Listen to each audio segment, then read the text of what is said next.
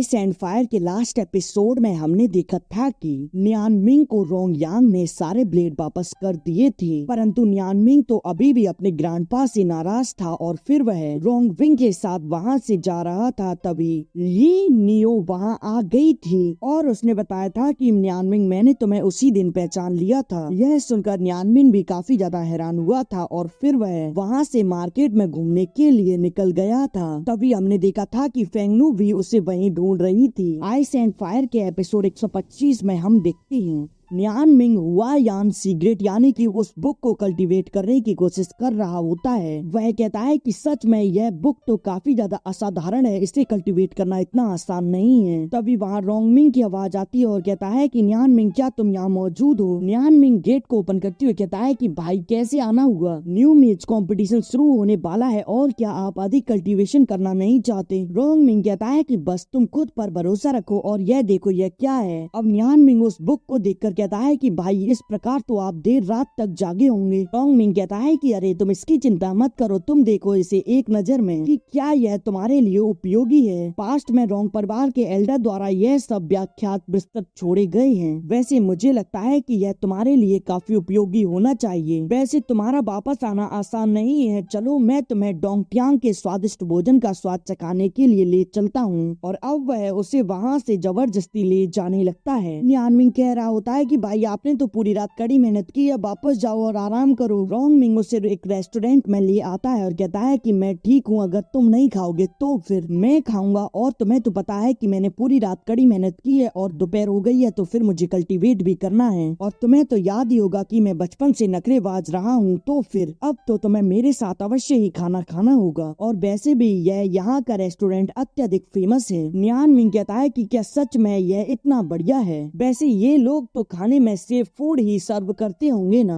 रोंगमिंग कहता है कि बिल्कुल नहीं, सेफ फूड तो हर जगह उपलब्ध है, लेकिन यह जगह यूनिक है। तो फिर मैं आपसे झूठ नहीं बोलूंगा, इसे आजमाने के बाद तुम्हें पता चल जाएगा। अब वह एक सर्वेंट से कहता है कि लिटिल प्रिंस यहाँ है तो वही पुरानी डिश ले आना, बस आज इसमें 8 इंग्रेडिएंट्स और जोड़ लेना। अब वह सर्वेंट वहाँ भोजन को मंगा देती है। अब कुछ लोग वहाँ भोजन ले आते हैं। रोंगमिंग कहता है कि इस खाने की विधि को सबसे पहले इसी होटल में शुरू किया गया था। यह जगह बेशक छोटी है परंतु इसकी वजह से तुम निर्णय मत लेना, और यहाँ तो बाहर के बड़े होटलों से भी ज्यादा महंगा खाना मिलता है। और तुम इस आयरन बॉक्स में जो देख रहे हो इसमें स्ट्रॉन्ग लीवर है और इस आयरन बॉक्स की मुख्य विशेषता है कि इसमें बिल्कुल भी धुआं नहीं निकलता। और अब वह उसे ओपन कर देता है। यह देखकर न्यानमिंग कहता है कि इसमें से काफी अच्छी खुशबू आ रही है। वह कहता है कि और सच में इसमें तो हर्ब को भी पीस कर डाला गया है। मुझे लगता है कि यह खाना अत्यधिक स्वादिष्ट होगा और मैं इसके बारे में इसकी स्मेल से और कुछ भी नहीं बता सकता। मिंग कहता है कि क्या भाई पहले आपने यहाँ खाना खाया है जिससे कि आप तो इस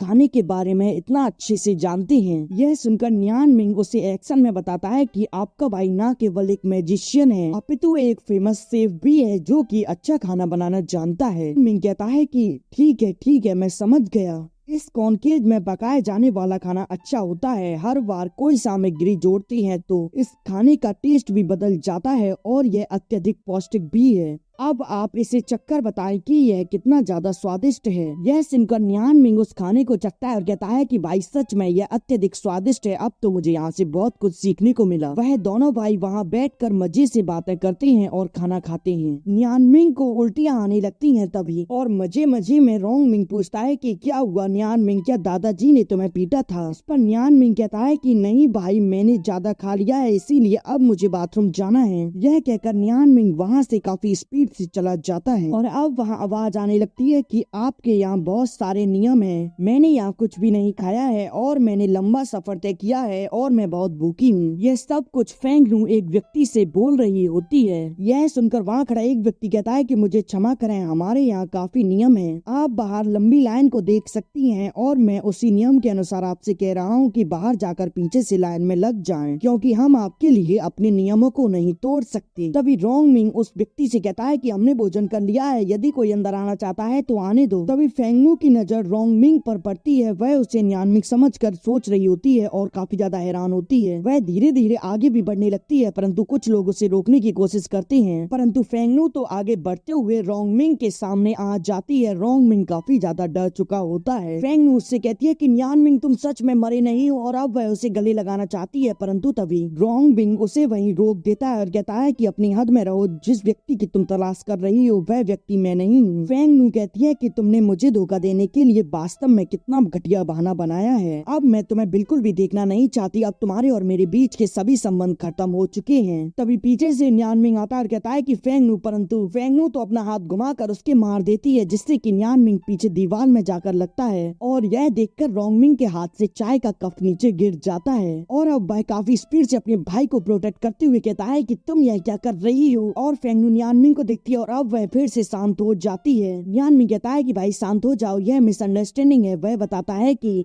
यह मेरा ब्रदर है। फेंगनू कहती है कि तुम साबित करके दिखाओ कि तुम ही न्यानमिंग हो। न्यानमिंग कहता है कि वैसे तो यह इतना आसान नहीं है, परंतु फिर भी मैं तुम्हें याद दिला दूं, हम सबसे पहले पीच बॉम्सो स्प्रिंग में मिले थे, और जब तुमने मुझे फ्योनिक्स की फ्रूट दी थी। यह कहते हुए वह उसकी तरफ बढ़ रहा होता है और कहता है कि बाद में स्काई टेम्पल माउंटेन की यात्रा में उबड़ खाबड़ सड़क के कारण मैं तुमसे टकरा गया था। यह सुनकर फेंगनू कहती है कि रुक जाओ, मुझे भरोसा है कि अब तुम ही न्यानमिंग हो। न्यानमिंग कहता है कि फेंगनू नाराज मत हो, ठीक है। इधर रोंगमिंग आगे आते हुए कहता है कि यह क्या बात है, इस महिला को थोड़ी सी गलतफहमी हो गई थी। न्यानमिंग और मैं भाई हैं और हमारे पिता तो ट्विंस ब्रदर हैं और हम बचपन से ही एक जैसे दिखते हैं। और वैसे तुम्हें अगली बार से केयरफुल रहना होगा, क्योंकि फहमी बार बार नहीं होनी चाहिए। अब न्यानमिंग अपने भाई के पास जाता है और उसे मनाने लगता है कि अरे भाई शांत हो जाइए। रोंगमिंग कहता है कि अरे क्या बात हुई, भाई को तो कुछ न कुछ तो एटीट्यूड दिखाना चाहिए। न्यानमिंग कहता है कि अरे भाई आप बकवास मत करो। अब वह काफी स्पीड से फेंगनू के पास पहुंच जाता है और कहता है कि भाभी मैं तो आपकी तरफ हूँ, चिंता मत करो, मैं इस आदमी को सबक सिखाने में आपकी मदद अवश्य करूंगा। न्यानमिंग देखता है कि उसका भाई तो यहाँ नहीं है। न्यानमिंग कहता है कि भाई अब कुछ ज्यादा ही परेशानी खड़ी मत करो। थोड़ी देर तक यह लोग ऐसी ही बातें करते हैं। अब रोंगमिंग कहता है कि मैं यहाँ से जा रहा हूँ और वैसे भी मैं काफी ज्यादा थक गया हूँ, तो फिर अब मुझे जाना ही चाहिए। अब न्यानमिंग कहता है कि यह बात करने की जगह नहीं है, तो अब चलो हमें यहाँ से चलना है। परंतु फेंगनू तो अपना मुंह से मोड़ लेती है। तभी वह कहता है कि फेंगनू वैसे तुम क्या खाना चाहती हो, मैं तुम्हारे लिए बनाऊंगा। फेंगनू कहती है कि 100 फ्लेवर कॉट पॉट। हम देखते हैं कि फेंगनू सो रही होती है, तभी न्यानमिंग उसके लिए वह बना लाता है। तो उठते हुए कहती है कि न्यानमिंग यह क्या है, मुझे तो इसकी काफी अच्छी खुशबू आ रही है। न्यानमिंग कहता है कि तुमने काफी लंबा रास्ता तय किया है, तो फिर इसे खाओ और आराम करो। अब फेंगनू उसे खाती है और कहती है कि यह तो अत्यधिक स्वादिष्ट है। न्यानमिंग कहता है कि मेरे द्वारा बनाई गई वैसे भी कोई चीज खराब नहीं हो सकती, और वैसे भी इस डिश को तो कोई भी बना सकता है, इसे बनाना काफी ज्यादा सरल है। और फिर वह उसे उसकी रेसिपी बताने लगता है। फेंगनू उसकी रेसिपी सुनकर कहती है कि क्या यह इतना आसान है, क्या मैं इसे बना सकती हूँ। न्यानमिंग कहता है कि हाँ तुम इसे आजमा सकती हो। फेंगनू कहती है कि यदि तुम मुझे खाना बना दोगे तो फिर मैं भविष्य में तुम्हें हर दिन सुबह स्वादिष्ट भोजन खिलाऊंगी, और उसके साथ ही मैं अपनी कल्टीवेशन करूंगी, जिससे कि मेरा वजन भी नहीं बढ़ेगा। और अब वह कहती है कि मैंने खाना खा लिया है, तो अब मैं सो रही हूँ। न्यानमिंग भी उसे वहीं सोने देता है और अब वह वहाँ नीचे बैठकर अपनी कल्टीवेशन करने लगता है। हम थोड़ी दूर पर फेंगकोंग को देखते हैं। वह कहते हैं कि फाइनली हमने उसे ढूंढ लिया। तभी हम फेंगनू की सिस्टर को वहाँ देखते हैं। वह कहती है कि हुआरोंग एम्पायर तो डोंगटियांग सिटी में है और पूरे महाद्वीप में इसके फ्लेम आयरन नाइट्स काफी ज्यादा प्रसिद्ध हैं, जो कि इस पूरी जगह की सुरक्षा में लगे रहती हैं, और यदि उन्होंने हमें ढूंढ लिया तो हम खतरे में पड़ जाएंगे। फेंगकोंग कहते हैं कि फ्योनिक्स क्लैन के भविष्य के लिए कोई भी खतरा